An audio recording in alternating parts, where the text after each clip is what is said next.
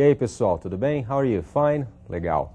Hoje nós vamos estudar o passado da língua inglesa, ou seja, o simple past. Porque uma forma de passado nós já vimos. Já vimos o passado do verbo to be, was, you were, formando o past continuous. Porém, hoje nós vamos ver o simple past, o passado simples em inglês.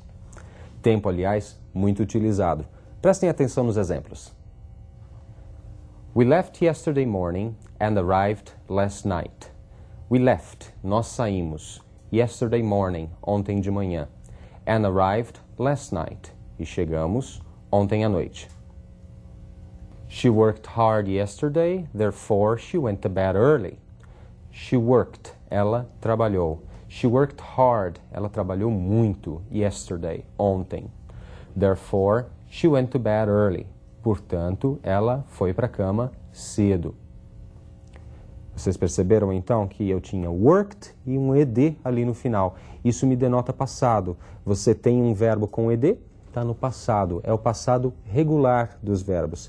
No primeiro exemplo, nós vimos o left, que é o passado irregular do verbo leave. Passado regular, passado irregular. Como é que é isso? Dá uma olhadinha nessa tabela. The simple past. Olha aí como é que eu formo o passado simples. Preciso dos pronomes que funcionam como sujeito. I, you, he, she, it, we, you, they. Depois, o verbo arrived, ou então went. E o complemento da minha frase. Se eu pegar o sujeito I, eu monto I arrived last night. Com you, you arrived last night. Com he arrived last night. E assim por diante. Com o verbo de baixo, I went to bed, ou então you went to bed, ou então he went to bed. Então, eu cheguei, I arrived last night. Eu cheguei ontem à noite. You went to bed.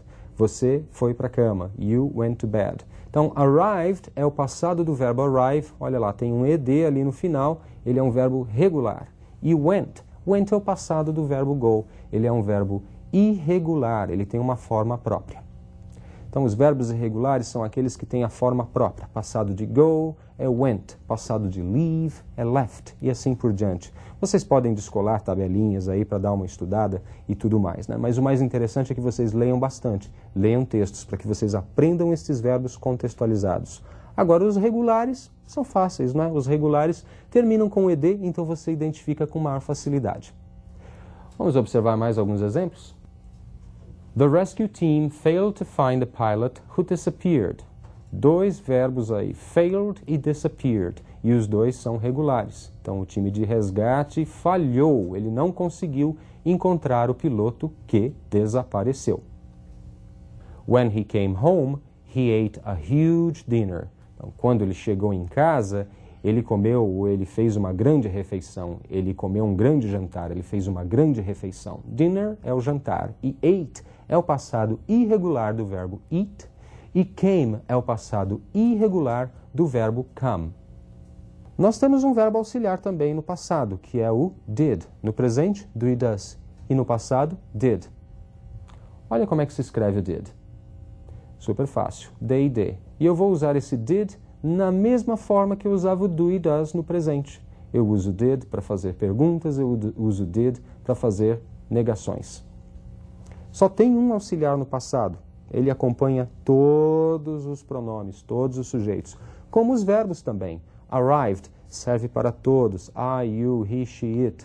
Went serve para todos. É diferente do simple present, que você tinha aquela história do S na terceira pessoa. Nós não temos que nos preocupar com isso no passado. Só com a questão do verbo ser regular ou irregular.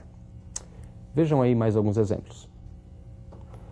We stayed in Toronto, but we did not stay at a hotel. Então, nós ficamos em Toronto, mas nós não ficamos no hotel. Notem que ao utilizar did not, o verbo stay permanece no infinitivo. Mas a minha frase, a minha oração continua sendo passado. A presença do did é que mostra isso. She saw the horses, but she did not see the other animals. Então, ela viu. She saw the horses. Ela viu os cavalos. But she did not see the other animals. Mas ela não viu os outros animais. Notem que o verbo see, o passado é saw. Na primeira parte da minha frase, eu tenho she saw, a forma do passado irregular. Na segunda parte, she did not see. Eu usei did not e o verbo volta para a forma infinitiva, mas a oração, a frase, ela está com sentido passado. Está lá o did para me mostrar isso.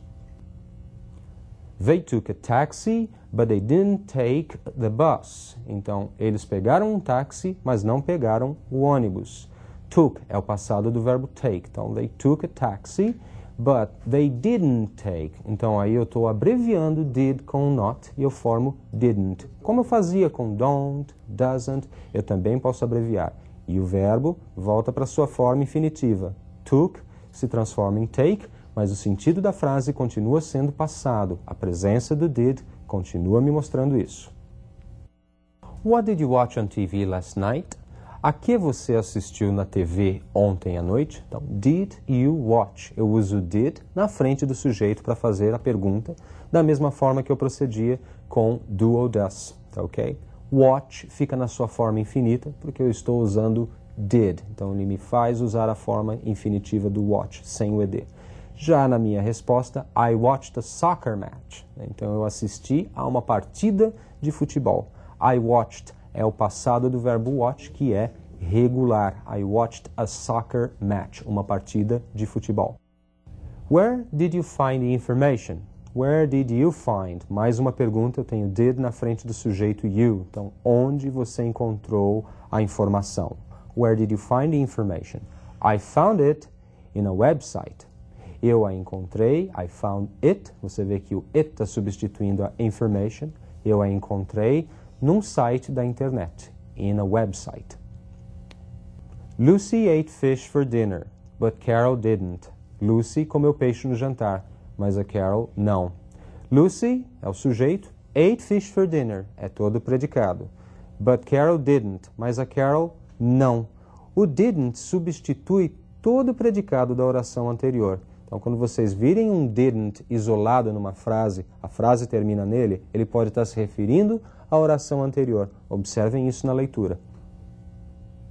Carol didn't read the newspaper, but Lucy did. Aí nós temos uma inversão, nós temos uma negação junto com uma afirmação. Olha lá, Carol não leu o jornal, mas Lucy, sim. Lucy leu o jornal. Então, Carol é o sujeito da primeira oração. Didn't read the newspaper. Não leu o jornal. É todo predicado. Aí na segunda eu substituo, eu abrevio. But Lucy did. Mas a Lucy, sim. Carol didn't read the newspaper, but Lucy did. Então você tinha uma negativa. Na primeira oração, Carol didn't read, o verbo no infinitivo. E na segunda, but Lucy did.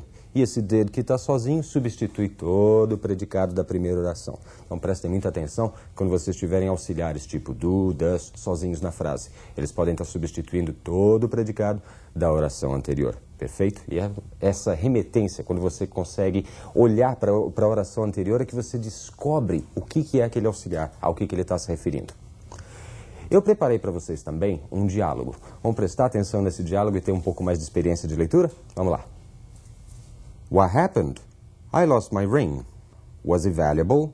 Well, it belonged to my great-grandmother. Where did you lose it? I'm not sure. The ring was loose. When did you last have the ring? This morning. Hello? Hello, I'm Mary Smith. Is this Lucy Stern? Yes, I work at the hairdresser's. Did you forget a ring here? Yes. How did you know it was my ring? I found it on the floor and asked around. Your friend Susan remembered it on your finger. Great. And am I glad Susan has a good eye for jewelry? Good. Don't worry. Your ring is safe. Ok? Deu para acompanhar? Ainda não? Estava muito rápido? Bom, acompanhe agora comigo os comentários e uma tradução rápida desse diálogo. Vamos lá? What happened? O que houve? I lost my ring. Eu perdi meu anel. Was it valuable? Ele era valioso? Well, it belonged to my great-grandmother. Bom, pertencia à minha bisavó. Where did you lose it? Onde você perdeu? I'm not sure. The ring was loose. Eu não tenho certeza. O anel estava folgado. When did you last have the ring? Qual foi a última vez que você o viu? This morning. Hoje de manhã.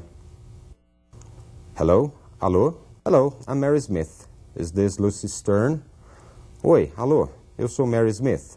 Aí está falando Lucy Stern? É a Lucy Stern? Yes, sim. I work at a hairdresser's. Did you forget a ring here? Eu trabalho no salão de beleza. Você esqueceu um anel aqui? Yes. How did you know it was my ring? Sim. Como é que você soube que era meu anel? I found it on the floor and asked around. Eu o achei no chão e perguntei. Your friend Susan remembered it on your finger. A sua amiga, Susan, lembrou-se dele no seu dedo.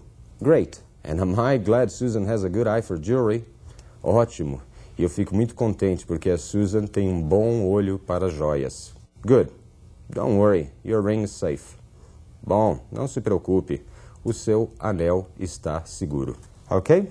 Vocês acompanharam a tradução e viram que, para eu entender o texto, para eu conseguir desmembrar esse texto e ter uma boa compreensão, muitas vezes eu sou obrigado a não seguir aquela literalidade, né? Eu não posso traduzir literalmente, palavra por palavra. Algumas adaptações são necessárias. Se bem que o ideal mesmo é que você, aos poucos, vá começando a ler sem traduzir. E eu vou dando algumas dicas para você. Falando nisso, vamos observar mais um texto agora. Olhem lá. Maria Sklodowska left Poland and moved to Paris when she was 24. While she was studying at the Sorbonne, she met physicist Pierre Curie. She was going to return to her country after her studies, but the two scientists fell in love and got married. While they were raising their two daughters, they were also doing research on radioactivity. In 1903, the Curies won the Nobel Prize in Physics for their discoveries. Você já percebeu que o assunto é um tanto quanto familiar, não é isso? Você deve ter percebido também que dá para entender alguma coisa já do texto, porque você conhece o assunto em algumas palavras, não é isso? Agora vamos traduzir esse texto. Vamos lá. Maria Sklodowska saiu da Polônia e mudou-se para Paris quando tinha 24 anos. Enquanto ela estava estudando na Sorbonne, ela conheceu o físico Pierre Curie. Ela ia voltar ao seu país depois de seus estudos, mas os dois cientistas se apaixonaram e se casaram. Enquanto eles estavam criando suas duas filhas, eles também faziam pesquisas sobre a radioatividade. Em 1903, o casal Curie venceu o Prêmio Nobel de Física por suas descobertas. Percebeu a integração entre o Simple Past e o Past Continuous? Juntando os dois, formamos um belo de um texto. E é isso, né? São os textos que vão estar caindo nos vestibulares. E é com eles que nós temos que nos preocupar. Perfeito, gente. Nos vemos na próxima aula. Bye, bye.